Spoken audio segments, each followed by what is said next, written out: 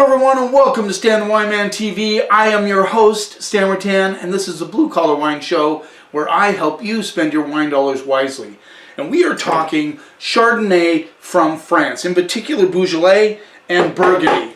And very excited about this. There's a lot of people that don't like the buttery, oaky styles of Chardonnay in California and sometimes in Washington, but they do like these mineral-driven, crisp whites from Burgundy and Beaujolais. So we're going to get started right off the bat with the Lucien Lardy. I love that name. Lucien Lardy. Beaujolais Village Blanc. Chardonnay, it says it right on the label, so it doesn't make it hard for you. This is $18. All right, excited to try these. 18 bucks. Let's dive into French Chardonnay.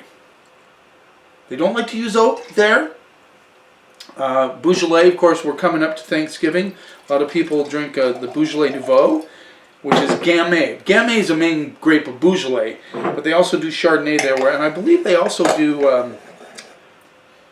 Aligoté. Let's see what we get on the nose. Look at the color on that. Golden and clear at the same time. That's pretty cool. So a little, a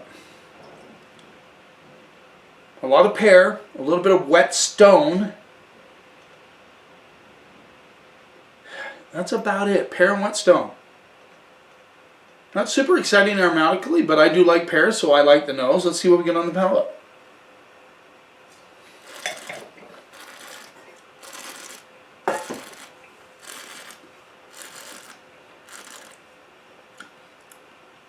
Nice creamy mouthfeel. I like that. The pears are dominant on the palate, front to finish. Not super complex, but very good. Nice and fresh.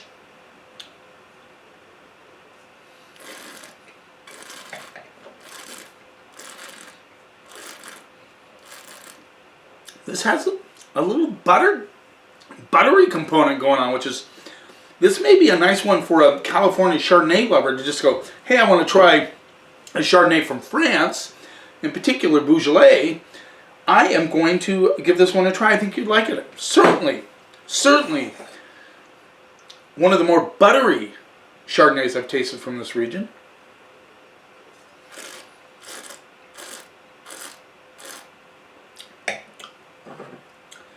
Did I say the vintage? I think it's 2018, I believe.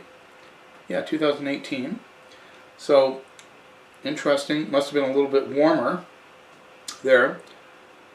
Yeah, 2018. Very delicious. This is like a 10 in the delicious category. Not super complex. Get a little white pepper on the backside. So if you like pears, you like a little bit of wet stone, and you like a little bit of black pepper or white pepper on the finish, then you're going to love this one. I'm going to go B, straight up B on it. Maybe hedging towards B minus, just because it lacks complexity. Now we're going to go to the Domaine de la Verpeil Macon-Villages 2018. Same vintage, old vine, 18 bucks, same price. So now we're into Burgundy, and this is southern Burgundy. Macon-Villages is a region, an appellation inside of Burgundy. You can usually find some really good values there. Macon-Villages. I like going to Macon, looking for Macon-Villages wines.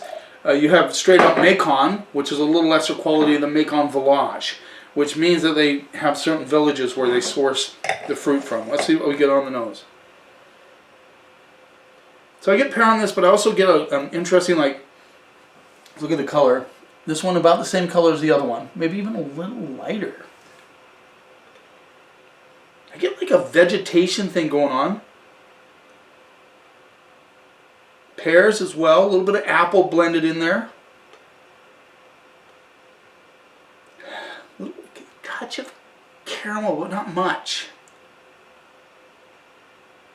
I like there is a little white flower, almost hedging towards carnation, but not quite as perfumed as that. Let's see what we get on the palate.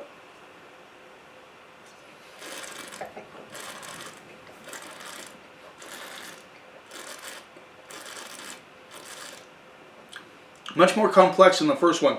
That carnation thing comes up right at the finish on this one. Nice balance, good acidity, creamy on the palate, little touch of butter. I get pear, a little bit of citrus coming through, which is cool. Kind of sit cross between orange maybe and lemon.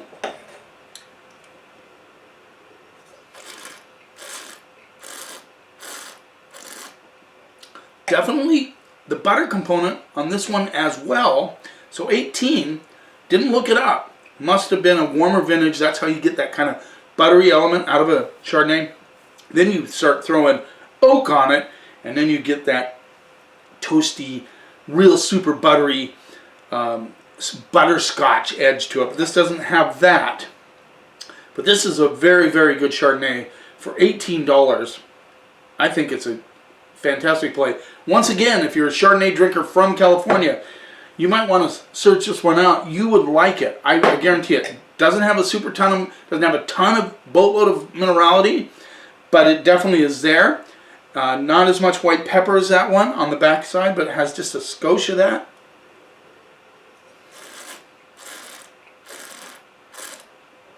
Yeah, the citrus notes kind of peak on the mid palate, then it mellows out into a kind of a pear apple finish with, like I said, just a hint of carnation on it. Solid wine.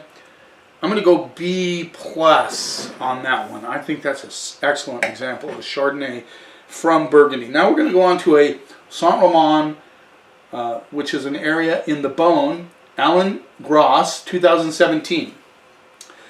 Now the Beaune is an interesting region. It's 3 miles wide, 16 miles long. That gives you a little picture of things. It almost kind of is a mirror image of the Côte de Nuits, which is up north. This is south in the Beaune, which is entirely, that whole area is called the Côte d'Or, which is named after that ridge of, well, the Côte d'Or is defined by a ridge of limestone that protects it from westerly winds. It has east, southeast exposure in the vineyards, which is really cool. And that limestone just adds a different dimension to the wine. And the good drainage there. So Saint-Romain does not have any Premier Cru vineyards in it.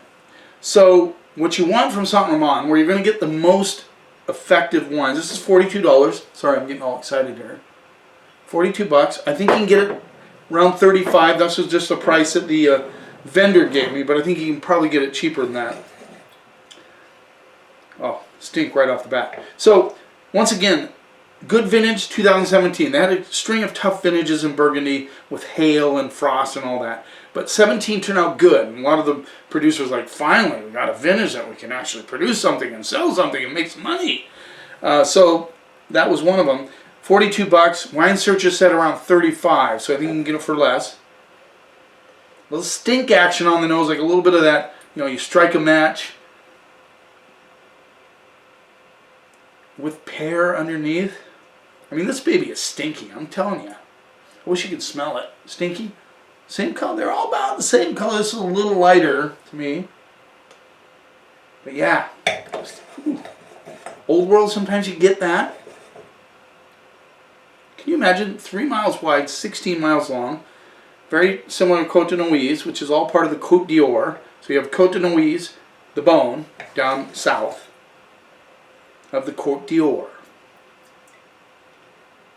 Yeah, stinky pear, a little bit of perfumed white flowers underneath. Yeah. Let's see what we get on the palate.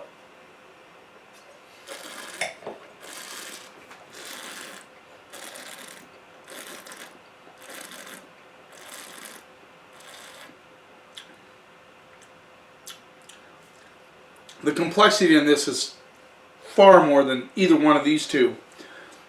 You get white flowers, pear, pineapple, white pepper on the backside. It just kind of has this nice little, jumps around on the palate quite a bit from the acidity, which I really like.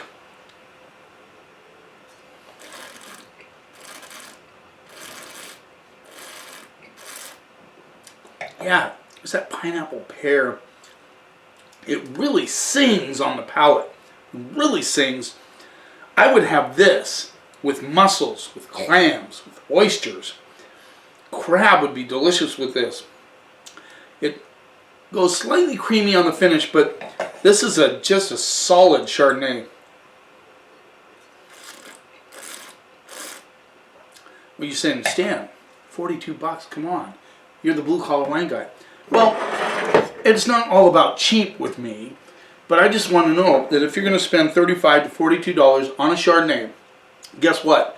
Rombauer's $46. So, you know, that's a lot of money, and we sell a ton of Rombauer. But this one, if you want, I'm very interested. Now, if you're a Rombauer drinker, you will not like this. You might be okay with these, but not this one. This has Burgundy, white Burgundy written all over it. This is what it's about.